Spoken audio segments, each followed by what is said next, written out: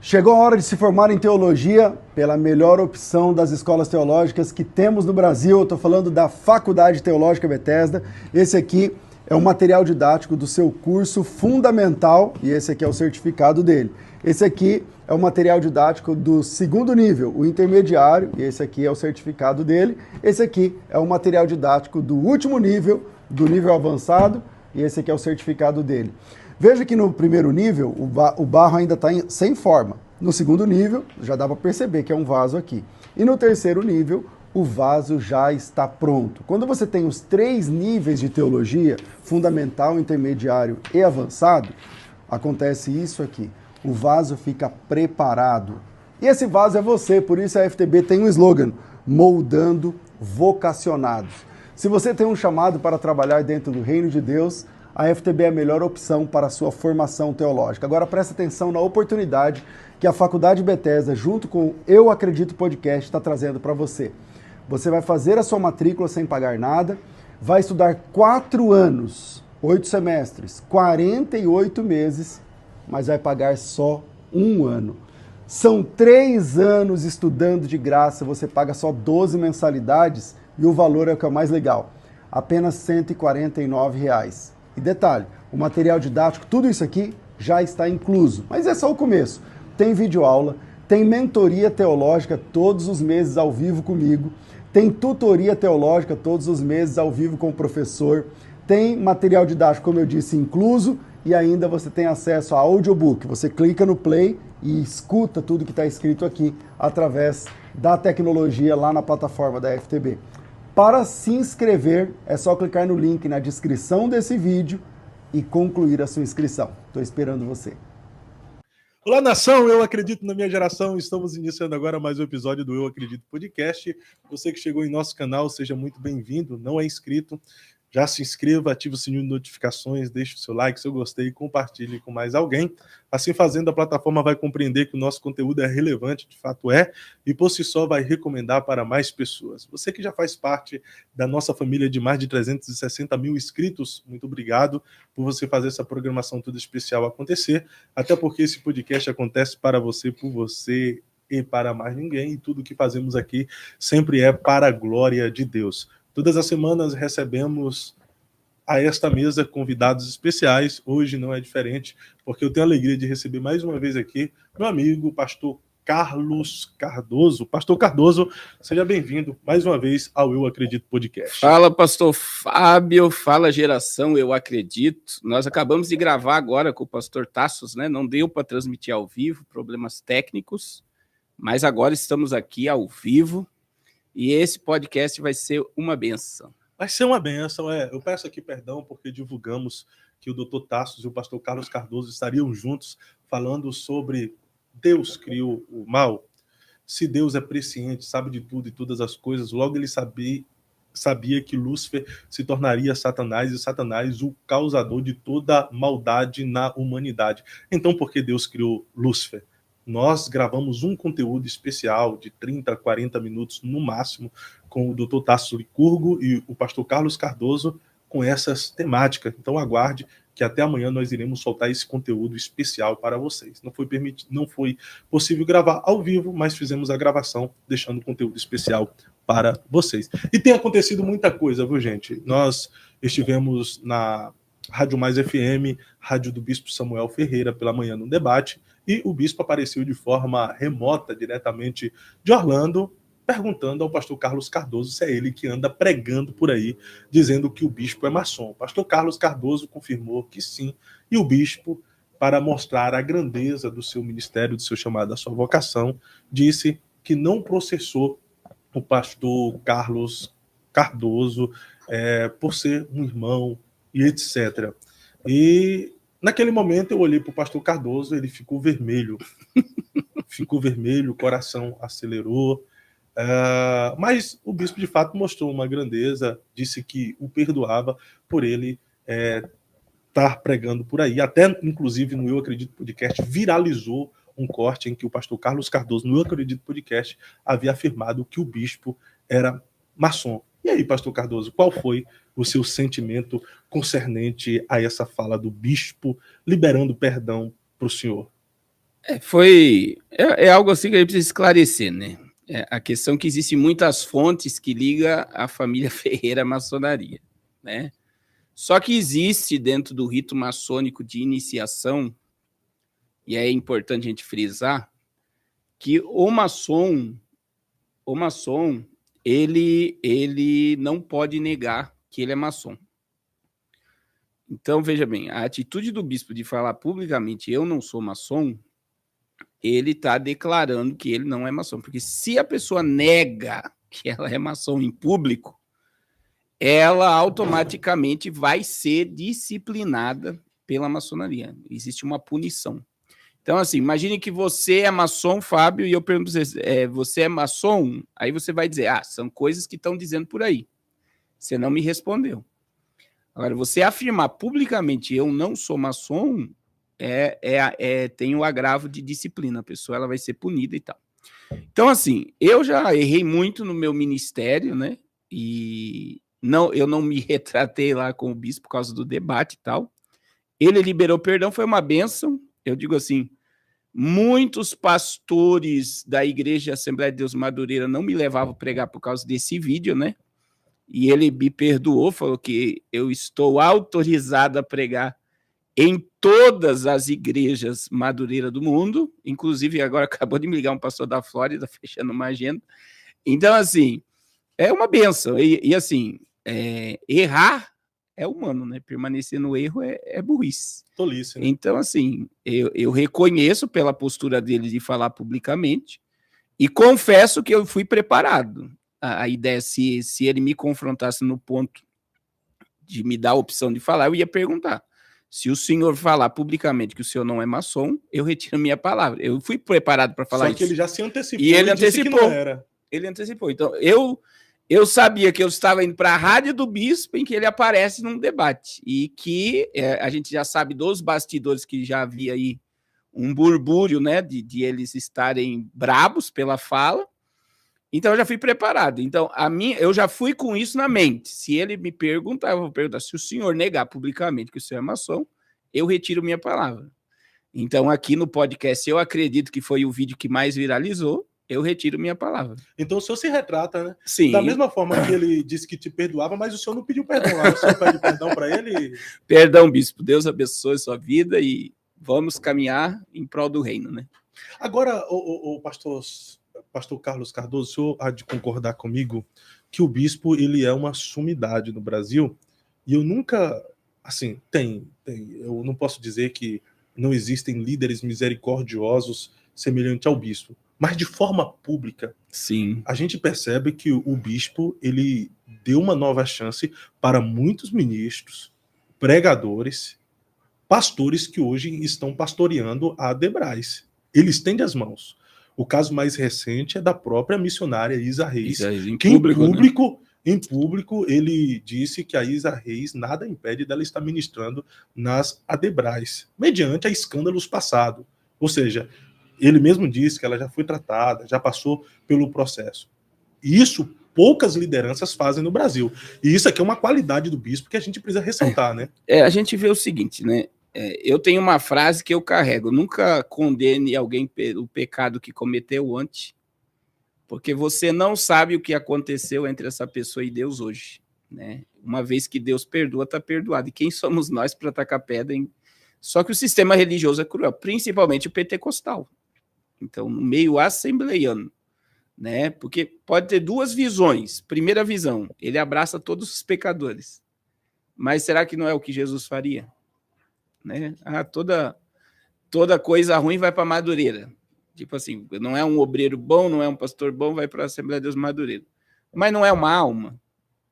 Será que eu posso tratar um obreiro, um irmão, porque está errado, porque errou, porque pecou, e dizer, já que é ruim, vai para Madureira mesmo? Ou eu deveria abraçar essa pessoa, né? Você vê que Jesus nunca mandou Pedro tirar a espada da bainha, a ponto que Pedro cortou a orelha de Malco. Pedro negou Jesus, mas quando Jesus ressuscitou, lá em Marcos 16, dizei aos discípulos e a Pedro.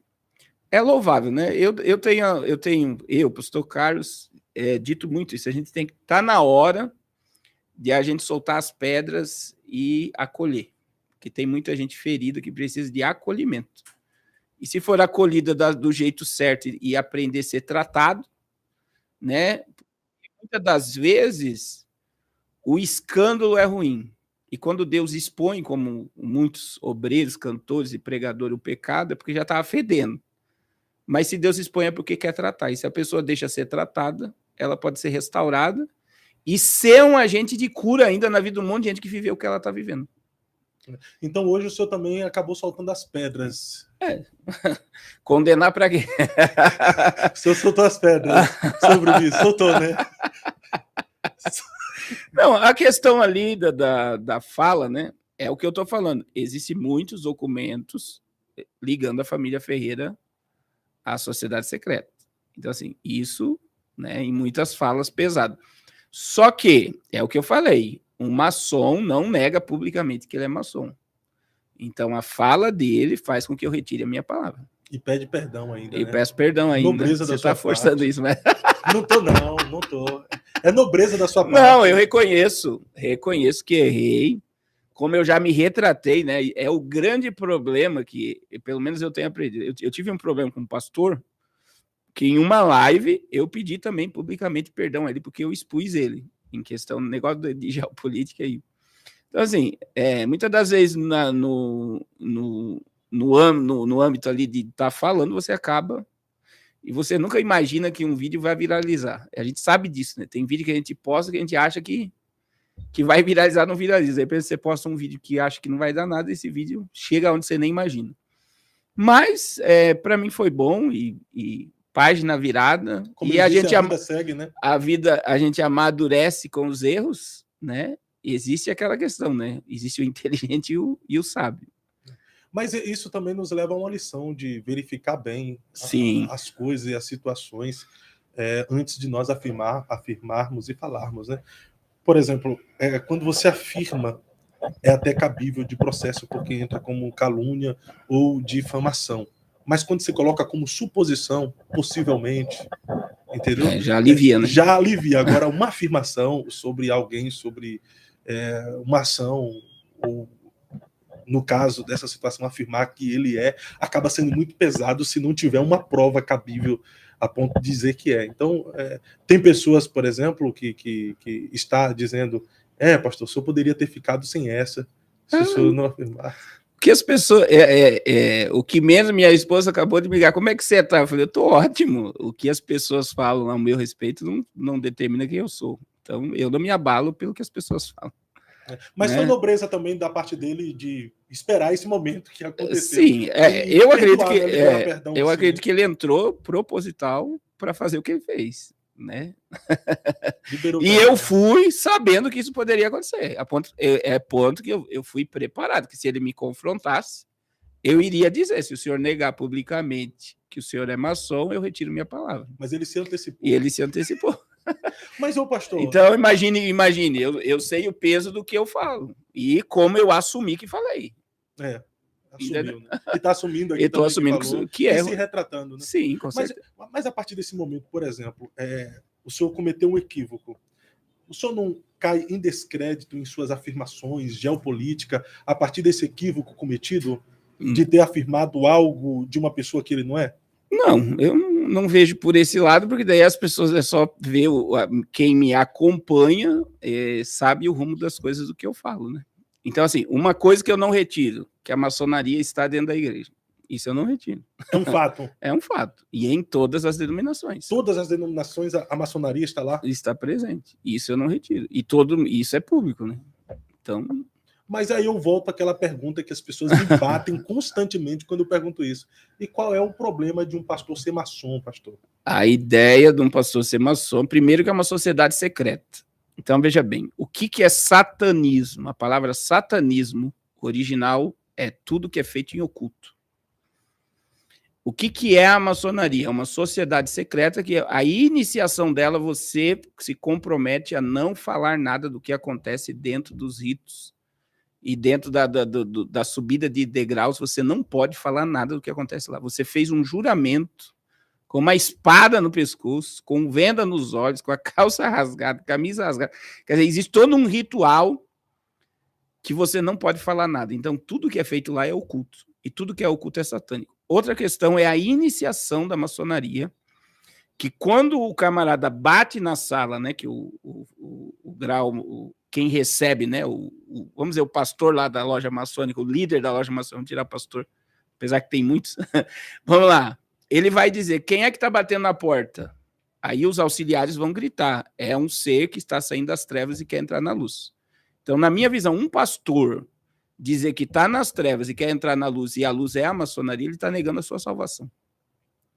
Isso é forte, e isso, né? Eu não tiro. Isso é uma realidade.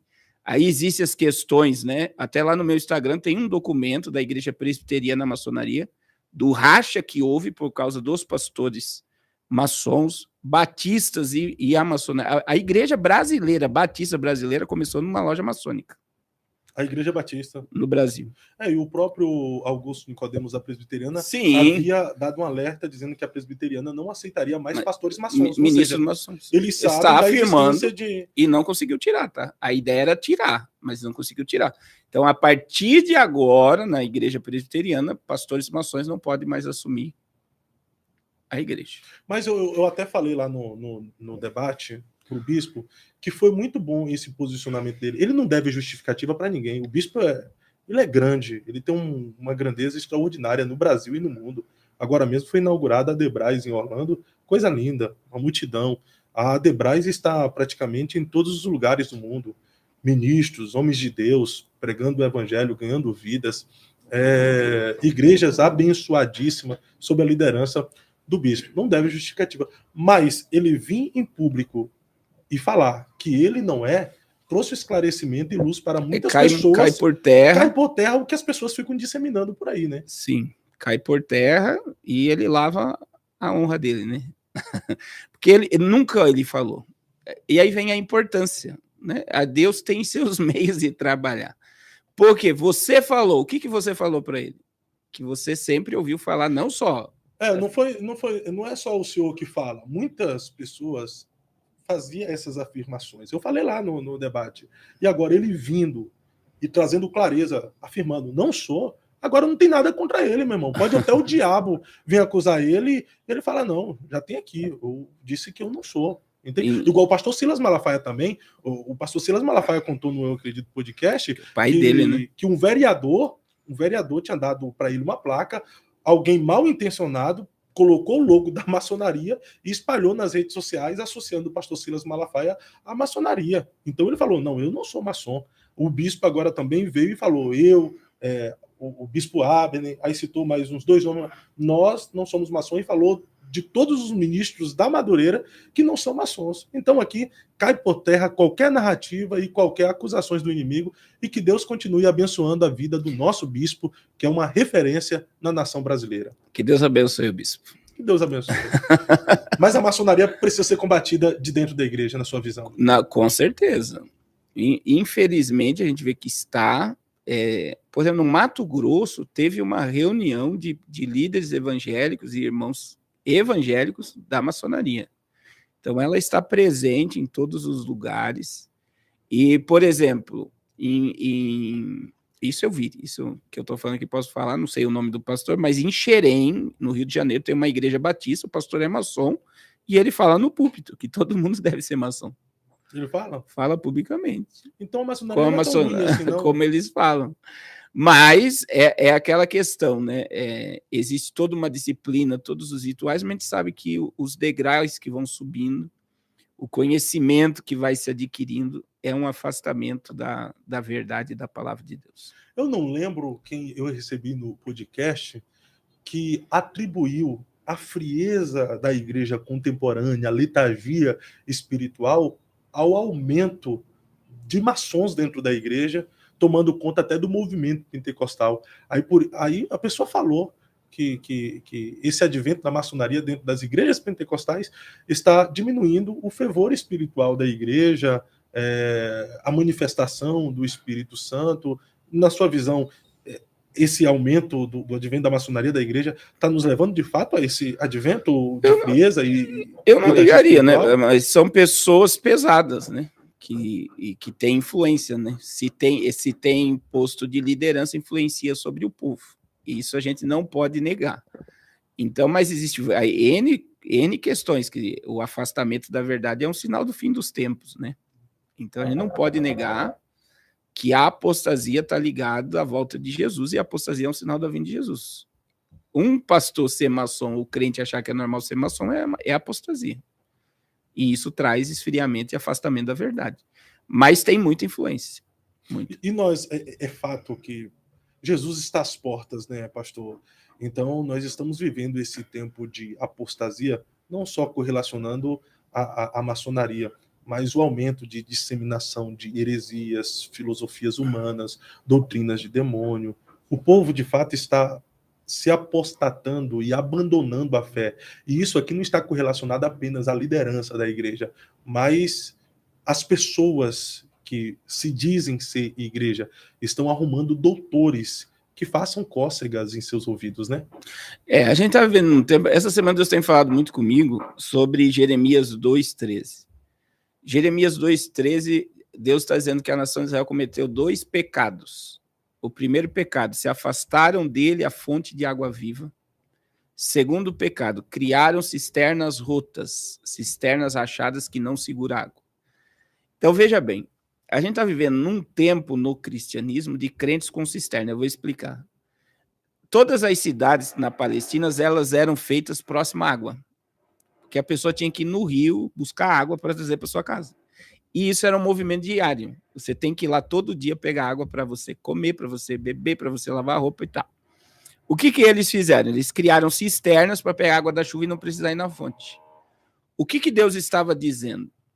Que o povo tinha se afastado da fonte de água viva e estava abastecido as suas cisternas sem precisar ir na fonte. Então, hoje, diante do que você está falando, vamos lá, o que é cisterna rota? O povo ouve uma mensagem tremenda domingo. O que o povo diz? Você já ouviu e eu já ouvi isso. Meu Deus, fui alimentado para a semana toda. Isso é o quê? É cisterna. Deus é um Deus de relacionamento diário. Por que Deus descia todo dia na viração do dia? Para se relacionar e conversar Todo dia Deus descia.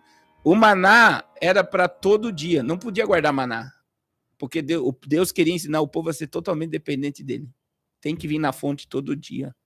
O pão nosso de cada dia nos dai hoje. Todo dia, né? A misericórdia do Senhor se renova a cada manhã. Então, o que nós estamos vivendo hoje? A gente está vivendo um evangelho que as pessoas têm cisterna e cisterna rota. Por quê? Porque elas estão ouvindo mensagens que não é água viva. E por que a cisterna é rota? Porque vaza tudo. A pessoa ela não tem... o alimento que ela tem não é substancial. Não gera crescimento, não gera adoração, não gera amor, não gera perdão, não gera ganhar almas, não gera influenciar. Isso é muito forte, pastor, porque eu tenho notado, assim, existe um extremismo dos dois lados. A gente sabe que existe uma teologia barata, nós temos uma teologia da hipergraça, um evangelho light, um evangelho derretido que pregam por aí. Mas, em contrapartida, existem púlpitos sérios que pregam a verdadeira mensagem do evangelho, uma mensagem genuína, uma pregação que confronta, que leva as pessoas ao arrependimento. Mas é perceptível que essa mensagem que leva as pessoas ao arrependimento, uma mensagem séria, que confronta, não está mudando a vida das pessoas, não. A sensação que nós temos em alguns momentos é que o evangelho, que ainda que seja o verdadeiro que está sendo pregado, não está levando as pessoas a uma mudança de vida. Por exemplo, as pessoas participam aí, geralmente, 3 dias de congresso. Vamos lá, que os 3 dias de congresso foi uma mensagem genuinamente cristã, confrontadora. Por que a vida do povo não muda? Porque não vai na fonte de água viva todo dia. Essa é a visão. É isso daí mesmo. Fiz uma campanha, cisterna rota. Participei de um evento, fui no seminário. Agora, mas a pessoa ela esquece do seu relacionamento diário. E o crescimento ele vem através do diário.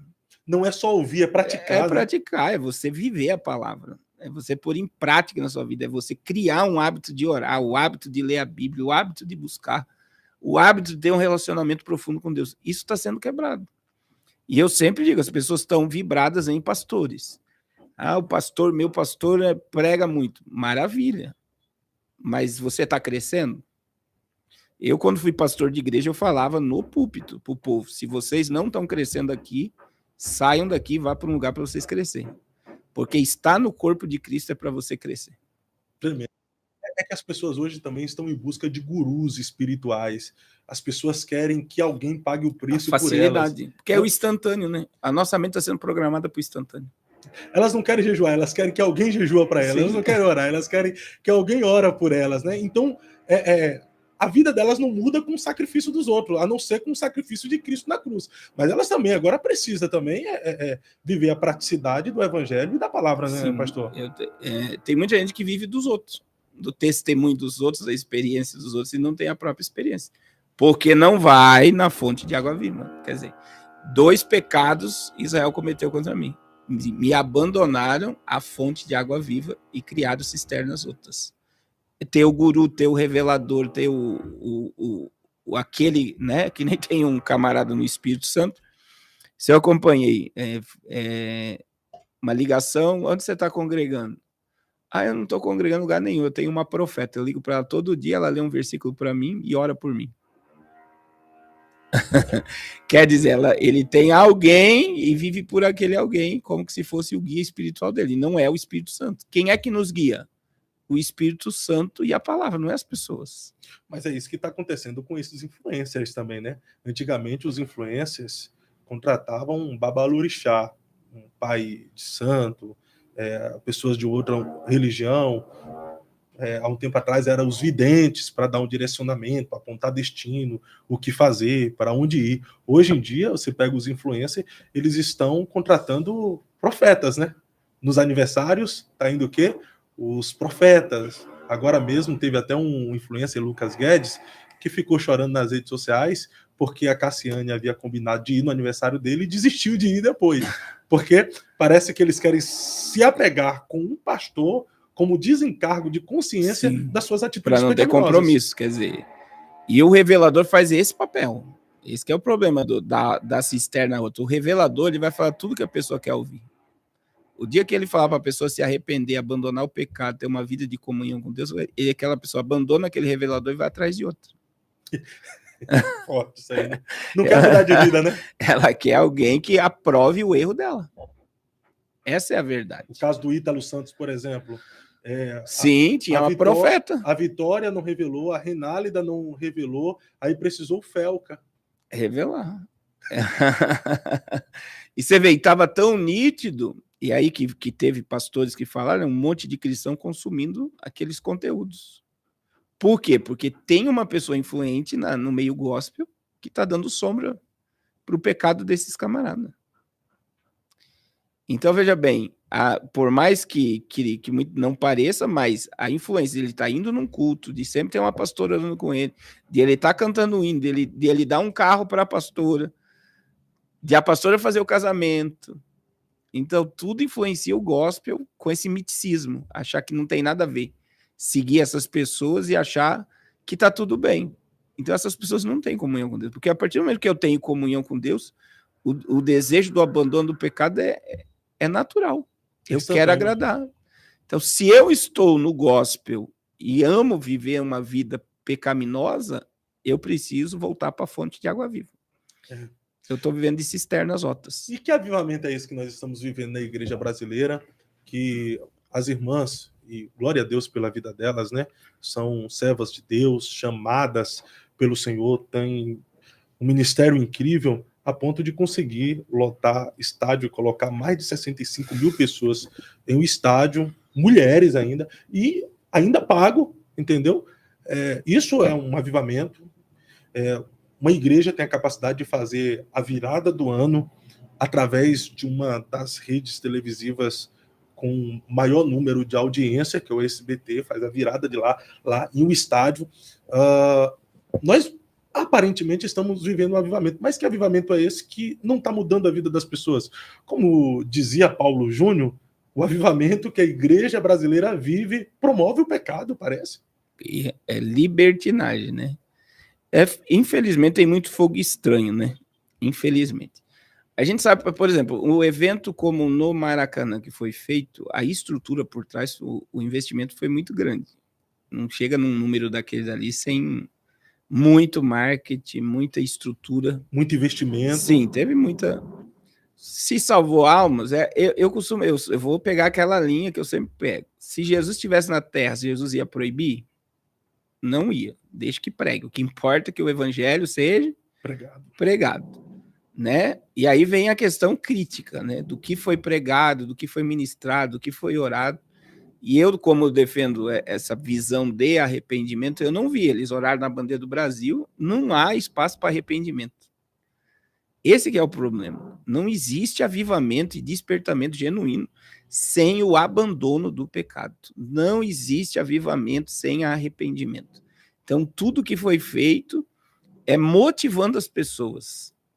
É motivacional. E não abandone o pecado, tome a sua cruz a cada dia e siga-me, né? Aí vem a questão da virada de ano. É louvável? Vamos dizer assim, é louvável, pelo menos melhor... até o Globo divulgou. É melhor ter um culto do que show de Roberto Carlos, né? Sim. E aí vem, a pessoa pagou para ir no evento desse, a pessoa paga para ir no shopping, paga para comer pizza, paga para tudo. Então, quer dizer, se eu pago para comer, o que tem eu pago para ir no evento? Até porque é um... Existe, por exemplo, lá, vamos pegar o da Lagoinha, não defendendo. Teve a área VIP. Eu vi lá o pastor que saiu da direção o André Fernandes, ele falando, quem pagou as cadeiras foi a área VIP. Era R$400 cada cadeira. Foi uma forma de arrecadar fundo para pagar a cadeira para o povo estar sentado. Então, quer dizer, as pessoas olham lá, arrecadou 10 milhões, tal. E quanto foi pago?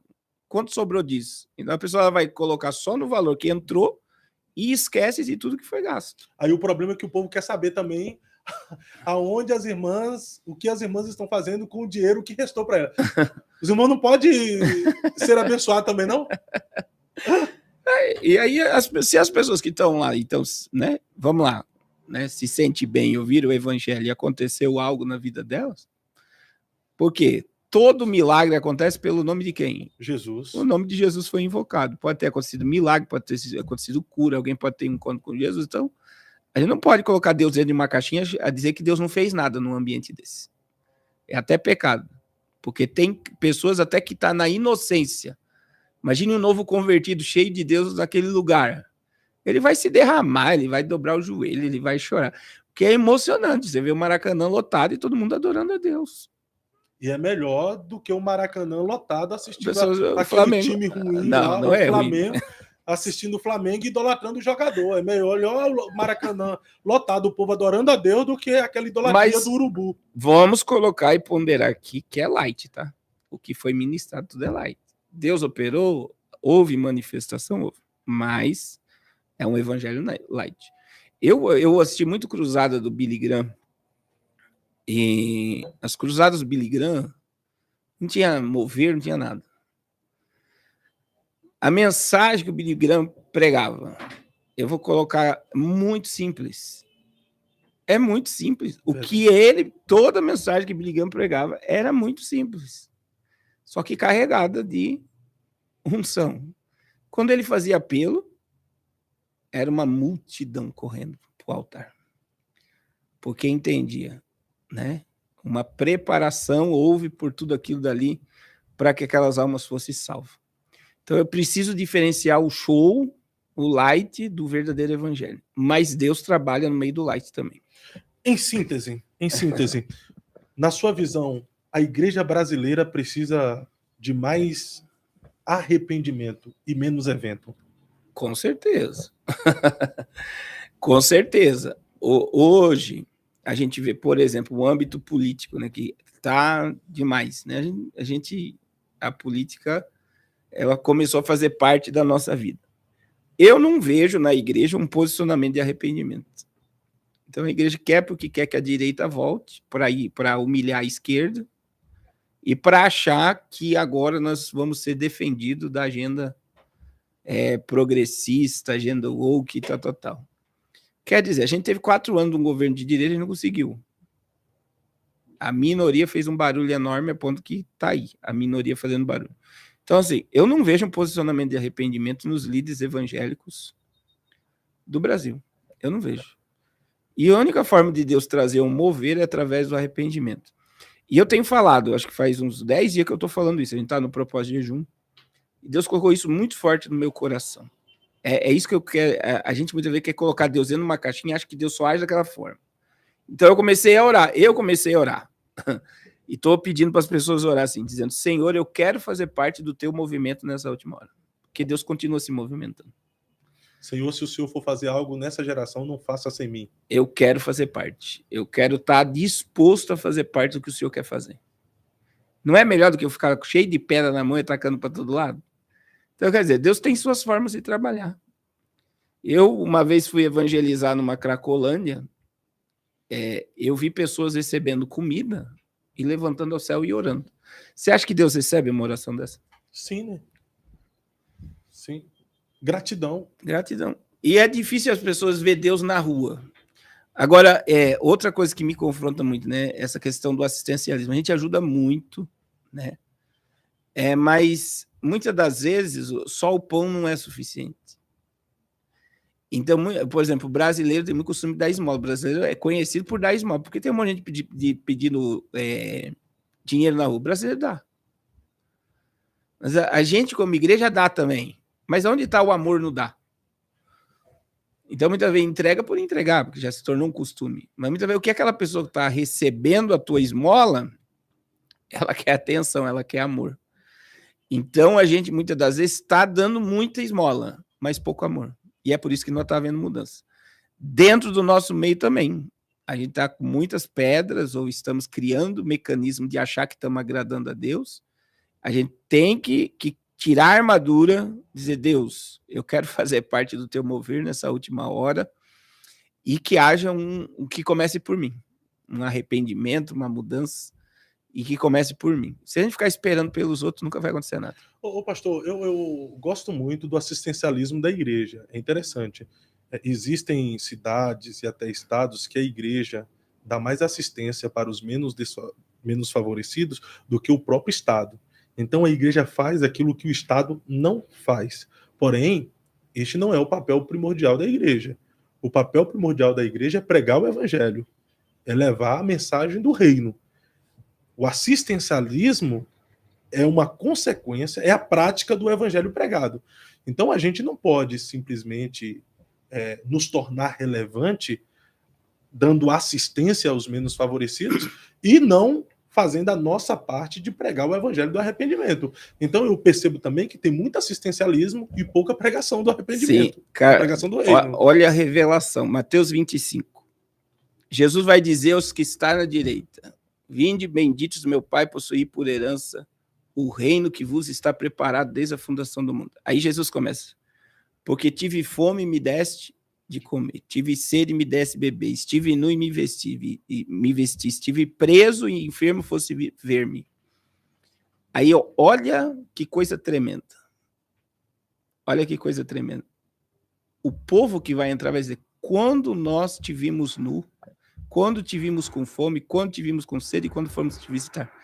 Aí Jesus diz: quando vocês fizeram um desses meus pequeninos, a mim fizeram. Agora veja bem, por que o povo disse quando fizemos? Porque já fazia parte do seu convívio. Eles faziam sem perceber. Boa. Pegou a visão? Peguei. Por quê? Porque eu fui agora esses dias, eu entreguei, vou falar aqui, mas daí eu fui em 3 casas de recuperação levar papel higiênico, sabonete e tal. As pessoas automaticamente: quer tirar foto? Cara, eu já estava nesse conflito, eu falei: não quero tirar foto. Por quê? Isso tem que fazer parte da minha vida. Tem que fazer parte do evangelho. Do evangelho. Você está entendendo? Né? Eu não preciso ficar mostrando. Infelizmente, tem que mostrar. Na imersão no Apocalipse, por exemplo, que a gente fez lá em Curitiba, foi o senhor que se preocupou de nós levarmos casa de recuperação para participar da imersão, e o senhor se preocupou em levar kit higiênico para todos os internos que lá estivessem. Foram mais de 100 kits higiênicos. Sim, isso então é o evangelho na prática. Aqui está o Carlos que doou as meias. Ele doou as meias. Obrigado, irmão Carlos. E a gente comprou as toucas. E veja, não foi tremendo? A gratidão daquele jovem feliz porque receberam uma touca. Já colocaram a touca que ficou frio, né? E sim, mas isso não deveria... A gente quer mostrar. E até quando mostrar é louvável. Será que não era melhor? Jesus disse que a todo mundo direita faz, a tua esquerda não sai. Eu digo assim, é difícil hoje você não prestar conta. Mas foi lindo essa revelação que o senhor teve aí agora, né? Foi forte. Como nós fizemos isso, né? Ou seja, eles faziam a ponto de não perceber, ou seja, fazia parte do evangelho na prática. É a essência da pessoa, ceder, ajudar a fazer, né? Então, assim, e hoje, por que tem muita... Daí existe o outro lado, né? Os que estavam na esquerda, Jesus disse... Apartai-vos de mim, porque eu não vos conheço, porque tive fome, não me desse comer, tive sede. Mas a Bíblia disse que estava na esquerda mesmo? Estava na esquerda. Aí disse assim... Parece que Jesus sempre tem alguma coisa contra a esquerda. Mas aí Jesus disse o que lá? O que Jesus disse quando vocês não fizeram? E aí tem muita gente que não quer fazer. Então, assim, qual é a carga principal da igreja? É pregar. Mas servir o próximo faz parte da pregação. É por isso que Billy Graham pregava, né? Pregue a tempo e a fora de tempo. Se necessário, use as palavras. Você tem que entender que o amor é prática. Caridade. Por isso que muita tradução nova agora não tira o amor, é caridade. Porque o que é caridade? É a prática do amor. Dizer que ama não basta, eu tenho que praticar. E o que está faltando hoje na igreja? Vamos trazer para o contexto religioso? Está faltando acolhimento. Pergunta, eu não sei qual igreja você vai pregar por esse dia. Se você tiver familiaridade com a igreja, pergunta dentro da igreja. Vamos dizer que a igreja tem 100 membros e pergunta: quantos membros aqui conhecem 20 pessoas pelo nome? Isso é forte. Se tiver 2, é muito, de 100 pessoas. As pessoas aprenderam a conviver dentro daquelas 4 paredes ali e ninguém tem nada em comum com o outro. Eu não sinto a dor do meu irmão, eu não sofro com o meu irmão. E muitas vezes o meu irmão está sem comida em casa, o meu irmão está para cortar a luz, o meu irmão está... E eu não sei. Por quê? Porque eu aprendi por tempo voltar para casa e o que importa é o que eu vou receber e o que ele tem ou não tem. Não me importa. E aí, se você for diminuindo, você vai ver que tem pessoas que conhecem 3 pessoas pelo nome, mas está ali todo dia. Mas não tem relacionamento. E evangelho é relacionamento. Evangelho é relacionamento. Então, nós podemos pontuar aqui também esse ser também um dos sinais da vida de Jesus. Por se multiplicar. A iniquidade, o amor de muitos se esfriaria. E o amor aqui é o amor no geral, né? Sim. O amor... E é a igreja que ama. Da criação para com o seu Criador, o amor do pai para com o filho, do filho para com o pai, o amor fraterno. O amor se esfriou em todas as esferas da humanidade. Exemplo, com a falência a falência não, né? Porque ele foi assassinado. Com o assassinato de Charles Kirk, as pessoas celebraram. Outra coisa que vai causar aqui agora, como é que vai um bando de artistas, de celebridades, fazer movimentos contra a anistia? Vamos lá. E a maioria anistiada. Vamos lá que o povo fez baderna. Merece ser punido. Vamos resumir nisso. Merece ser punido. Mas eu, ser humano, celebrar que uma mulher fique 14 anos na prisão porque pichou uma estátua, isso aqui é um reflexo também do amor que se esfriou. É falta de amor. O Estado tem dinheiro para reformar tudo aquilo lá, dar uma punição para o povo. Existem crimes aí que o povo só vai varrer a rua. Agora ficar preso, apodrecer na cadeia. Aí vai um monte de artista anistiado manifestar que o povo apodreça lá na cadeia. Cadê o amor? E aí, vê, são narrativas, né? Narrativa. E aí, veja, você tocou no assunto. Imagine que seja um movimento da direita e a gente tenha nos trio elétricos. Vamos colocar o gospel, vamos colocar Aline Barros, Thales, Fernandinho, e coloca cantor sertanejo, Luan Santana, toda essa turma Gustavo aí. Lima. Ia ter o triplo de pessoa nesses movimentos. Quer dizer, e aí iria criminalizar porque são artistas e estavam carregando o povo. Agora, eles, por serem artistas e estarem ganhando dinheiro da Lei Rouanet, né, eles foram totalmente amparados pelo Estado para fazer esse movimento. E aí eles colocam imagens como se aquilo ali fosse uma manifestação. Até o Wagner Moura, né? Que como um Capitão Nascimento... Tudo que ele falou foi contra ele. Transmitiu uma mensagem antecipada para o Wagner Moura de hoje. Para ele mesmo. Então, assim, é um sistema, né?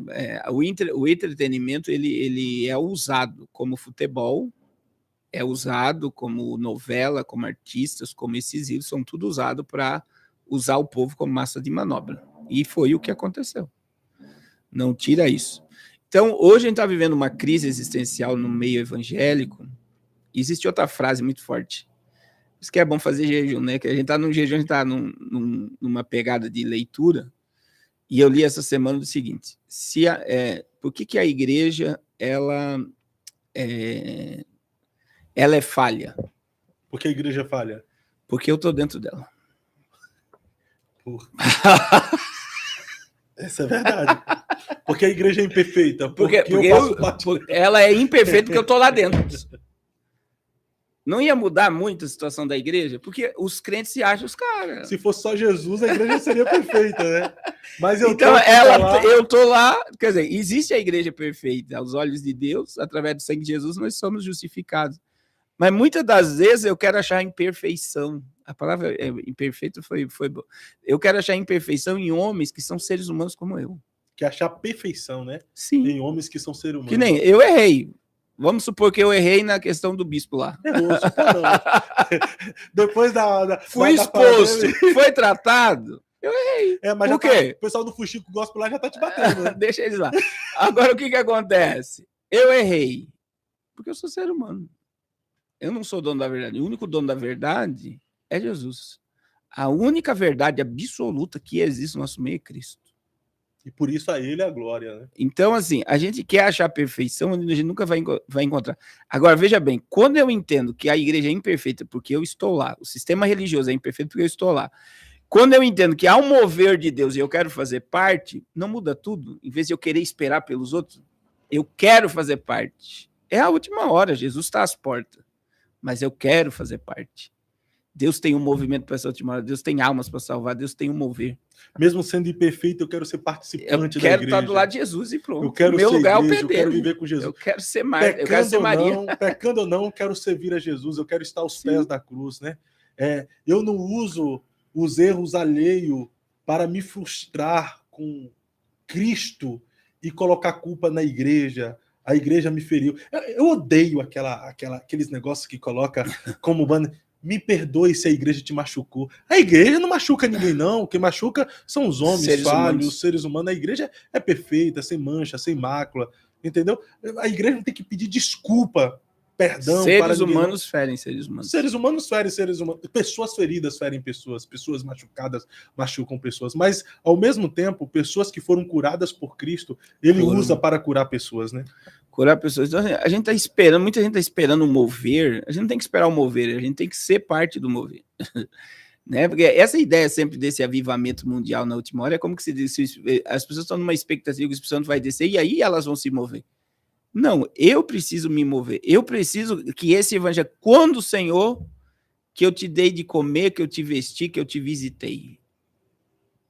Que eu chegue num nível que eu faça o cristianismo aparecer através da minha existência, que esse é o propósito, é que Cristo apareça, sem eu perceber. Perfeito. Que é o crescimento mesmo.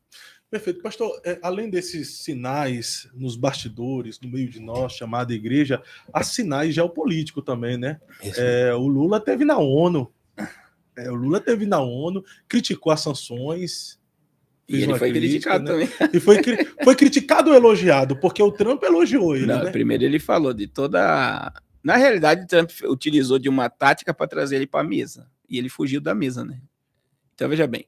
A ideia ali é que os líderes foram preparados com o discurso a favor do Estado palestino e que esse totalitarismo americano não serve. Só que daí o que Donald Trump mostrou? Que ele acabou com 7 guerras Ele acabou com uma guerra de 32 anos, ele falou uma guerra de 26 anos que a ONU nunca se preocupou em resolver. E ele falou isso na cara do Carlos Gutierrez, que é o presidente da ONU. Quer dizer, vocês não servem para nada. Foi isso que ele disse. Concernente ao Brasil, ele falou de toda a atrocidade que está acontecendo no judiciário, sobre as taxações, só que ele tinha se encontrado com o Lula por 20 segundos e gostou, e falou, vamos sentar para... Mas na ideia, eu sentar... Por que o Lula não aceitou ir na Casa Branca? Porque foi o fato que aconteceu com o Zelensky, foi o fato que aconteceu com o presidente da África do Sul. Ele iria ser humilhado. Ele ia expor na frente do Lula, foi o que o bispo fez comigo hoje. Toda atrocidade.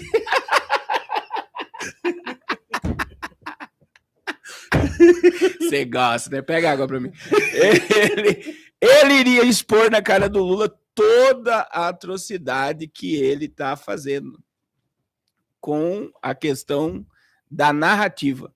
Outra questão que Donald Trump discursou é a questão... Veja bem, que um dia antes de ele ir para a ONU, ele falou sobre o autismo. Você chegou a ver isso? Não cheguei. Ele falou? Tilenol e paracetamol são causadores do autismo. E aí a FDA, o Kennedy, né, que é o ministro da Saúde do governo americano, ele criou o remédio, é por causa da água, irmão. Está um movimento aqui por causa de uma água. Ele criou o remédio para a cura do autismo. Olha só que coisa interessante. Então, veja bem, que foi o que eles já tinham comentado, né? Que tudo que tem resíduo de petróleo, que são corantes, que é biscoito, sucrilhos, tem um efeito na genética das crianças. Só que mães gestantes que tomaram paracetamol e Tilenol, elas têm uma grande probabilidade de ter filhos autistas. Durante o Donald Trump falou isso antes do discurso da ONU, que está ligado ao discurso que eu vou falar da ONU. E é muito interessante estudar isso. E aí, veja bem, você sabia que no Brasil tem um monte de mulher de esquerda que estão filmando tomando Tilenol e paracetamol? É mesmo. Já começou. Olha só o nível de idiotização que a gente está. Ignorância, né? Porque estão indo contra dados científicos. É aqueles que defendem a ciência. Só que quando vai afrontar o que eles querem, eles são contra. Quer dizer, então, o que isso quer dizer? Que se o governo de esquerda falar que comer mato faz bem, todo mundo vai comer mato. Aí, vamos lá. No discurso da ONU, ele combateu outra narrativa, porque a narrativa dele está ligada ao que o Elon Musk fala e uma comunidade científica gigantesca fala.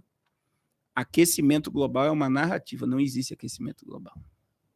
Será que não? E aí ele atacou a COP30, que acontece em novembro no Brasil. Não existe aquecimento global. O que existe são narrativas. A Terra está resfriando. Elon Musk falou isso, Donald Trump falou isso, e várias pessoas falaram isso. A Terra não está na fase de aquecer, ela está na fase de esfriar, e é o ciclo. Não, mas, pastor, e a Antártida descongelando, derretendo?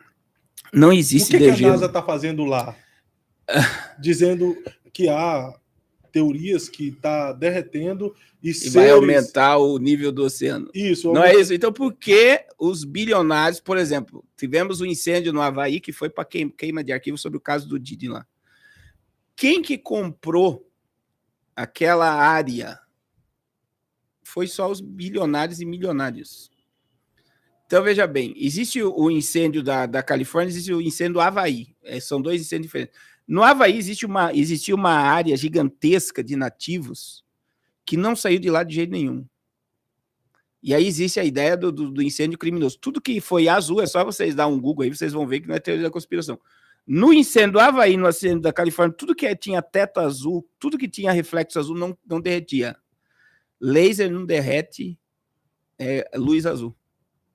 Isso significa que foi incêndios provocados. Por quê? Lá no Havaí, eles tiraram as casas e fizeram tipo que um condomínio para elite. Então, se está havendo aumento do nível do mar, por que bilionários e milionários, por que o Luciano Hang está construindo uma torre de 500 metros de altura em Balneário Camboriú de frente para o mar?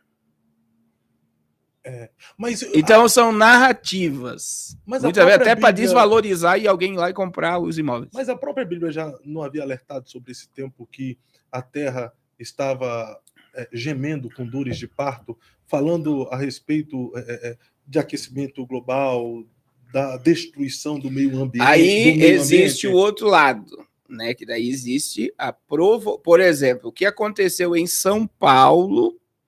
Quando que aconteceu a catástrofe em São Paulo? Foi segunda-feira. Que catástrofe? Destruiu tudo. Foi um tornado. Foi. A fábrica da Toyota ficou destelhada. É mesmo. Eu não estava sabendo, não. Então, quando você puxa isso, as pessoas acham que não existe. A gente tem muito rastro químico e ligação de HAARP, né? Que são as antenas que são causadoras de mudança climática. Então, assim, nós temos armas de destruição pelo clima. Teoria da conspiração, né? Não é teoria. Eu sempre ensino, vamos lá.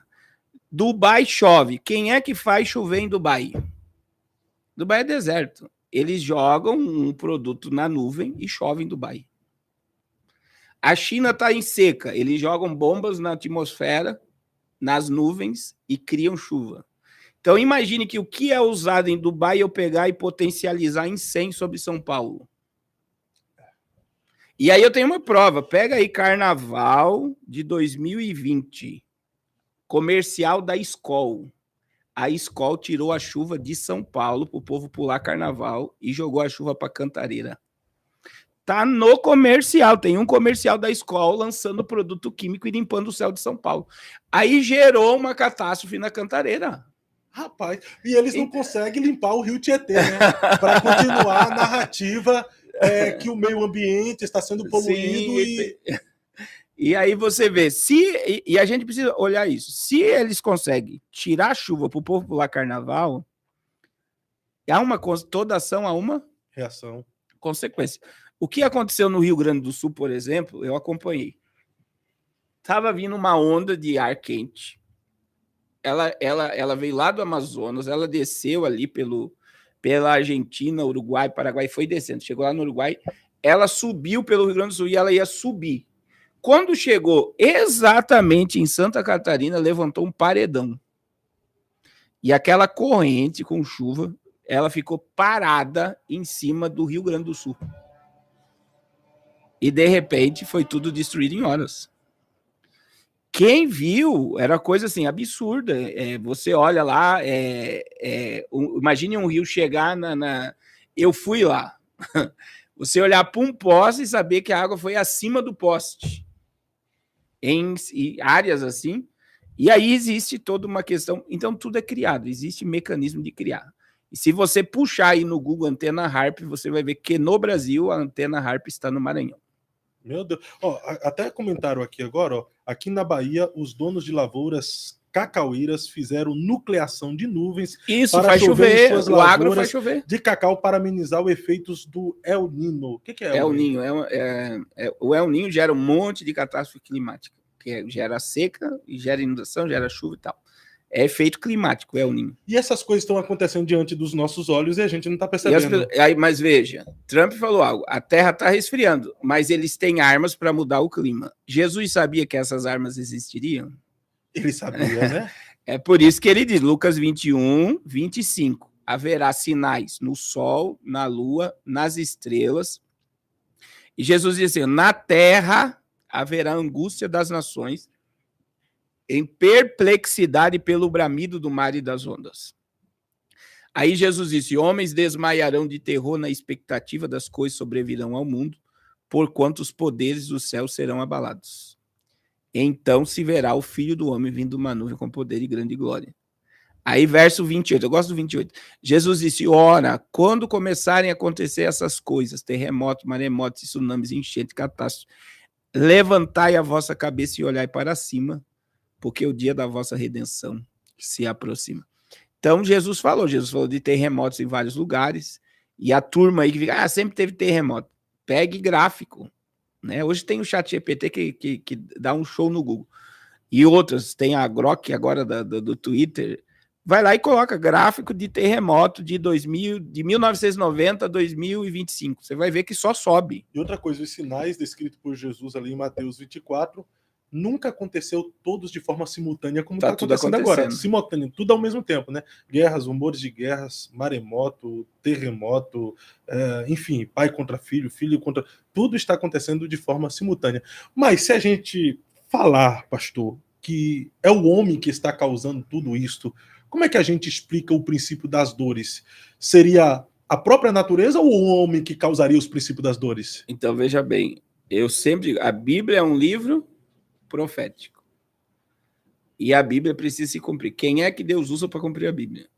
O homem. O homem. Então, os homens só estão obedecendo o que está na palavra. Então, você nunca vai ver um rato construindo uma ratoeira, mas o homem constrói armas para sua própria destruição. Isso é forte, hein? Fala de novo. Você nunca vê um rato construindo uma ratoeira, mas você vê os homens construindo armas para sua própria destruição. A ponto que se você der um Google aí, você vai puxar aí construção de bunkers. Eles sabem tanto que haverá um apocalipse, haverá uma destruição, que haverá um colapso, que eles estão criando seus refúgios apocalípticos. O Alexandre de Moraes está criando uma ratoeira para sua própria destruição, porque agora a esposa dele também foi apanhada pela lei Magnística, né?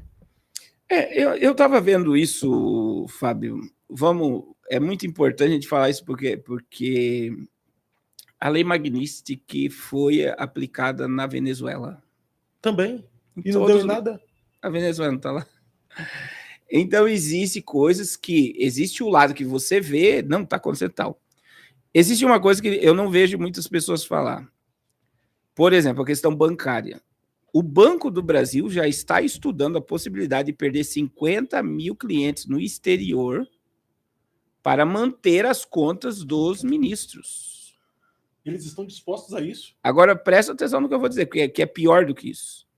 E se eles fizerem isso, a área que mais vai ser afetada, agronegócio, o maior financiador do agro no Brasil é Banco do Brasil. Isso aí. Aí vai afetar a cadeia de alimentação, que eles querem que as fazendas... Por quê? Hoje, quem é que está emprestando dinheiro para o agronegócio no Brasil não é o governo federal. Quem é? É banco privado.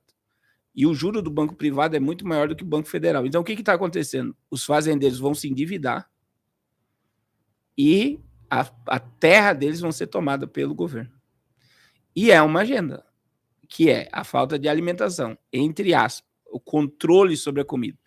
Fórum Mundial Econômico. Se nós controlarmos comida, nós controlamos pessoas. Se nós controlarmos energia, nós controlamos continentes. E se nós controlarmos o dinheiro, nós controlamos o mundo.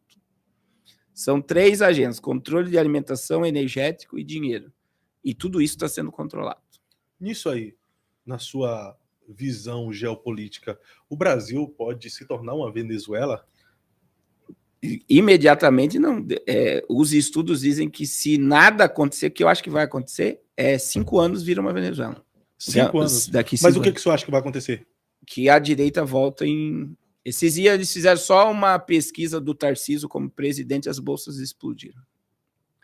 Então o sistema vai derrubar a esquerda e a direita vai acontecer no Brasil a mesma coisa que aconteceu nos Estados Unidos. E aquela revista The Economist já mostrou o Tarcísio como presidente no Brasil, não? Não, ainda não.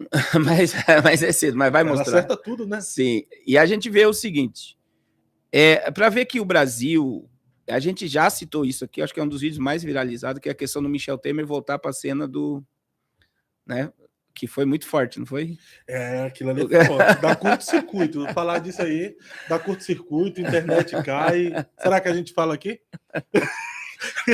Eu digo que o Michel Temer é um agente Illuminati no Brasil desde a década de 80. Eu sempre falei isso. Ele é um agente Illuminati. O que seria um agente Illuminati? Ele trabalha para o sistema que governa. Os senhores do mundo. Então, veja bem. Ele substituiu o Sarney. Sim. Porque diziam que o Sarney era, né? Sim. Aí veja o que acontece. Michel Temer, ele é o que resolve os problemas em Brasília. Ele não é presidente, ele não é deputado. E porque tudo o que acontece dentro de Brasília é ele. Outra coisa, quem é que colocou Alexandre de Moraes no poder? Foi Michel Temer. Com quem eles estão traçando a ideia do... Como é que fala? da anistia. Michel Temer, daí colocaram o Paulinho. Então, o que acontece? Depois da sanção contra a esposa, né, o Michel Temer, até o próprio Paulinho, falou: a gente precisa rever e tal, vamos mudar as pautas. E tá todo mundo amedrontado. Ele apareceu agora no cenário político para resolver essa questão da anistia. Será que ele consegue, pastor? Vai. A ideia dele, ele, como jurista, né? Ele está tentando mudar a pauta novamente para ser aprovado algo que o Bolsonaro fique preso. Inelegível e continue ainda, vão reduzir a pena do Bolsonaro. A ideia, né? Até não vou citar a fonte, mas é que a ideia do Paulinho é soltar todo mundo que está preso. Exceto o Bolsonaro. Exceto o Bolsonaro. Então, assim, é uma ideia que pode também, né? Hoje eu vi, né, que os advogados do Bolsonaro estão querendo tirar ele da prisão domiciliar e da tornozeleira. Então, assim, ontem o Barroso falou que ele está sendo altamente prejudicado pelos Estados Unidos no Roda Viva. Ontem não, segunda-feira. Quer dizer, ele expor publicamente que ele está sendo prejudicado, ele tem apartamento, tem muito negócio na América. Então, assim, eu não acredito que todos os ministros do Brasil vão abrir mão do seu império, da liberdade de ir e vir na América. Aí a América sancionou todos envolvidos na eleição, todos os assessores de Alexandre de Moraes envolvidos no TSE nas eleições de 2022 perderam seus vistos. O mais famoso é o Benedito lá, que falou ordem dada, perdeu também. Então, veja bem, tá vindo os embargos sobre o Brasil. O Brasil, o que está acontecendo, isso é a minha visão, tá? O que está acontecendo no Brasil é altamente proposital, porque pode vir o presidente que foi para colocar o Brasil em ordem de novo. Vai levar décadas. É mesmo. O Brasil está com 14 trilhões de dívida. Meu Deus do céu. Então a nossa esperança tem que estar em Cristo mesmo. É em Cristo. Então, assim, e aí vem, a direita vem e acaba, a esquerda vem e acaba, a direita vem e conserta. Veja o sistema de amortecimento. O povo se alegra e fica triste, e se oprime, e se divide. E quem ganha com isso sempre é o diabo, né? Eu tenho tentado colocar na mente das pessoas, é melhor para um governo brasileiro ou qualquer país que seja de direita, dá mais liberdade para a questão religiosa, mas a igreja está acima disso tudo. Entra nesse contexto, né? Eu tenho um posicionamento, eu sei que é melhor para o Brasil que a direita esteja no poder, mas não intervém na minha fé e na minha busca por Deus. A gente falou hoje de manhã lá na rádio, é bom falar aqui, nós perdemos 4 milhões de fiéis por causa de política. Perdemos... É muita coisa. Mas esses 4 milhões e até os que se afastaram e os que se tornaram desigrejados. Sim, né? Que não quiseram mais saber de igreja, por causa da política. E isso afetou o crescimento da igreja. Quer dizer, a igreja tinha uma projeção de crescimento que paralisou. Então, o senhor concorda com o pastor Aloysio, que fala que o bolsonarismo atrapalhou o crescimento da igreja? Tu viu a fala do pastor Aloysio da Videira? O pastor do Pablo Massal? Sim. Ele falou que o bolsonarismo atrapalhou o crescimento da igreja. Eu concordo plenamente. Eu acredito assim, a gente precisa de políticos justos, políticos que tenham viés da família tradicional e todo esse princípio. Precisamos. Mas a nossa confiança está em quem? O nosso rei está vivo e governa sobre tudo. E ele não perdeu o controle de nada. Então, quando eu ficar nesses debates, eu não vejo. O Brasil está dentro de uma agenda. É por isso que eu estou dizendo. A agenda do agro é uma agenda mundial, a agenda do dinheiro digital é uma agenda mundial. Essa questão de vigilância... Você viu o que vai acontecer agora? Vigilância sobre imóvel de locação. Vigilância sobre hotéis e motéis.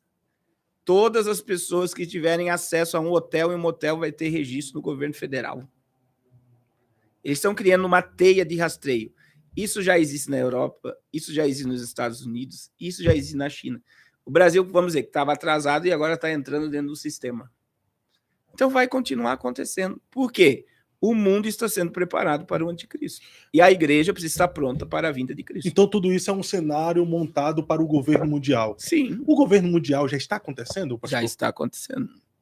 É muito forte essa questão, principalmente desses posicionamentos do Trump.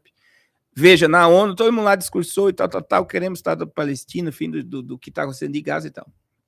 Dia 22 também, Donald Trump falou que quem vai resolver o negócio com a Arábia Saudita e Gaza vai ser Jared Kushner. Eles podem votar o que quiser. Com o Hamas dentro de Gaza não há Estado palestino, não há nada. Então, veja, existe toda uma agenda por trás sendo estabelecida.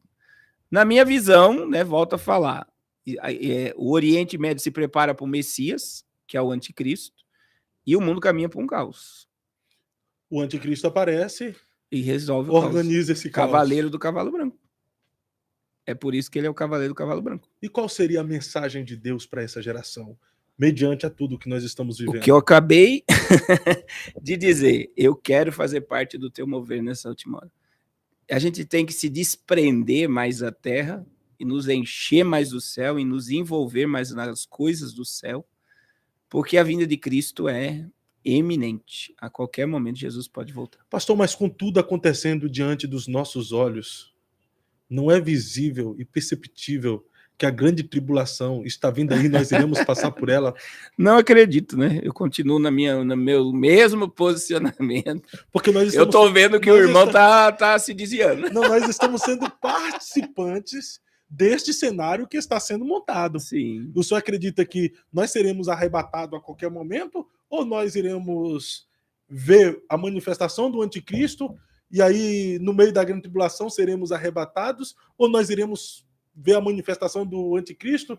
Deus despejará a sua ira sobre os ímpios, a igreja será perseguida e aí nós, depois de tudo, seremos arrebatados. A igreja vai ser arrebatada. Na minha visão, eu continuo acreditando no arrebatamento da igreja. A gente está vendo, né? O primeiro juízo de Deus é a entrada do anticristo. O mundo está sendo preparado para ele. É o que eu defendo isso. Eu não consigo ver o anticristo governando a terra com a igreja aqui. A igreja tem mais poder e mais autoridade que qualquer governo. Principalmente o governo das trevas. Mas mediante tudo o que está acontecendo, onde está a bendita esperança? Está no coração dos salvos. Existe uma igreja que grita Maranata dia e noite. Existe uma igreja pronta para falar de Jesus. Nós não ficaremos aqui para o juízo. Para o juízo e nem para ver a manifestação do Nico. Para ele entrar, a igreja sai. A igreja sai, aí o anticristo se manifesta. E aí começa a sequência apocalíptica, né? Que é uma falsa paz, guerra, fome, peste, morre 2 bilhões de pessoas por pestes, fome e violência. E aí vem os mártires, vem uma grande catástrofe climática, vem o silêncio do céu, começa as trombetas, até chegarmos no Armagedon. A ira é de Deus. Então, nós fomos arrebatados.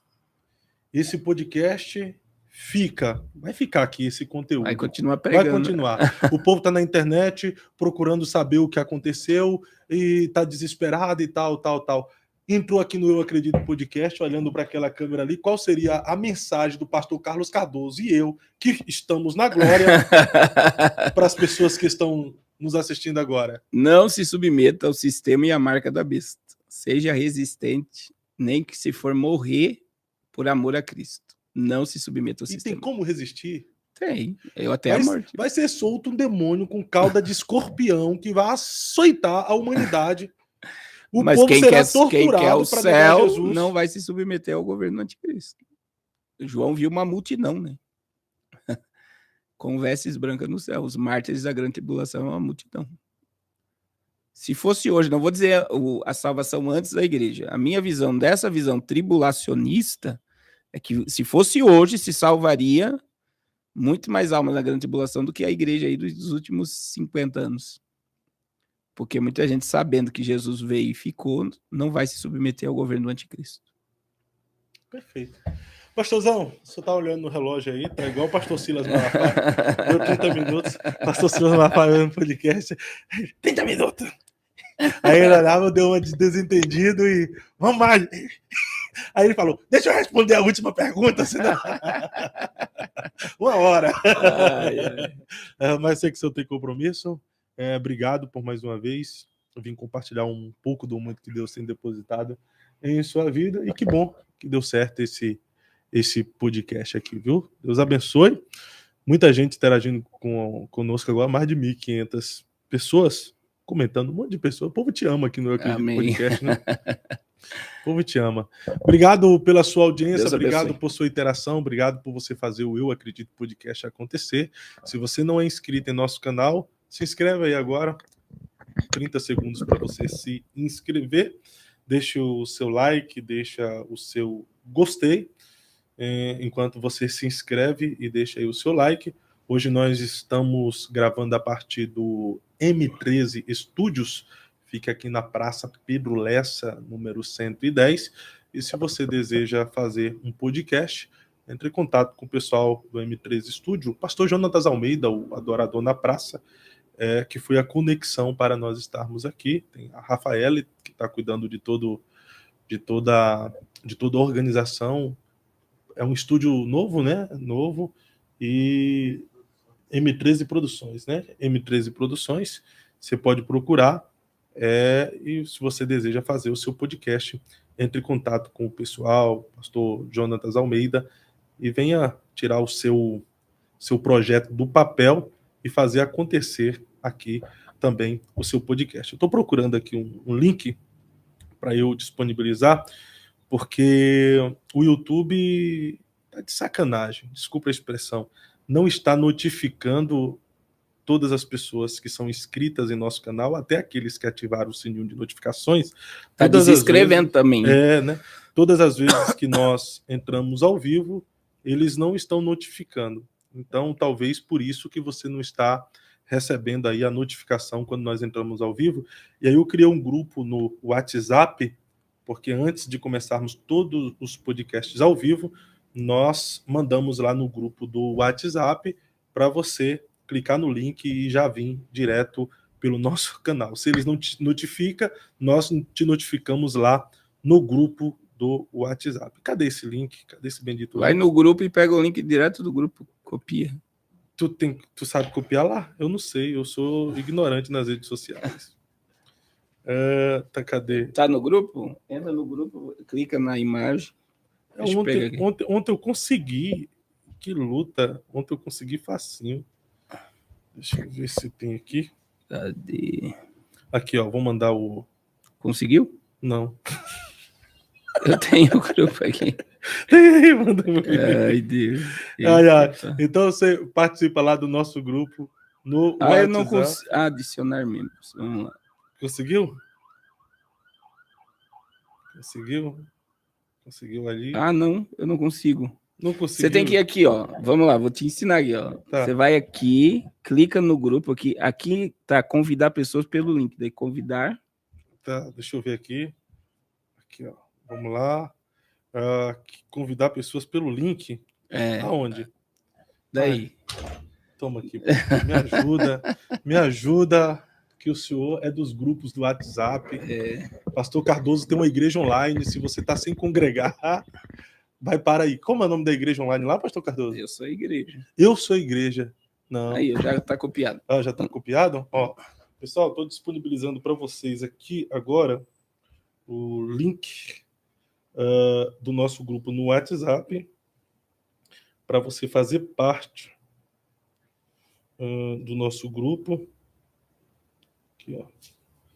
Faça parte do nosso grupo.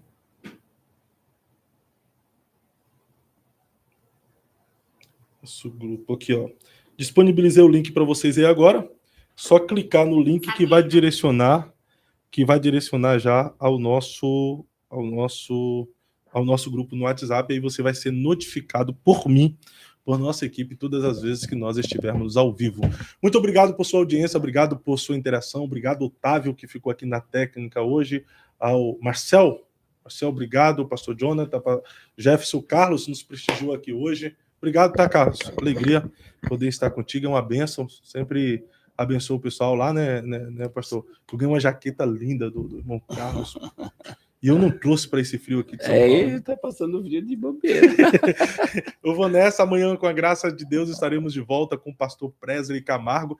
E daqui a pouco eu estarei ao vivo no canal da Demais Music, juntamente com o pastor Jonatas Almeida e equipe, em mais um podcast. Até mais. Meu Deus. Microfones aí, privado.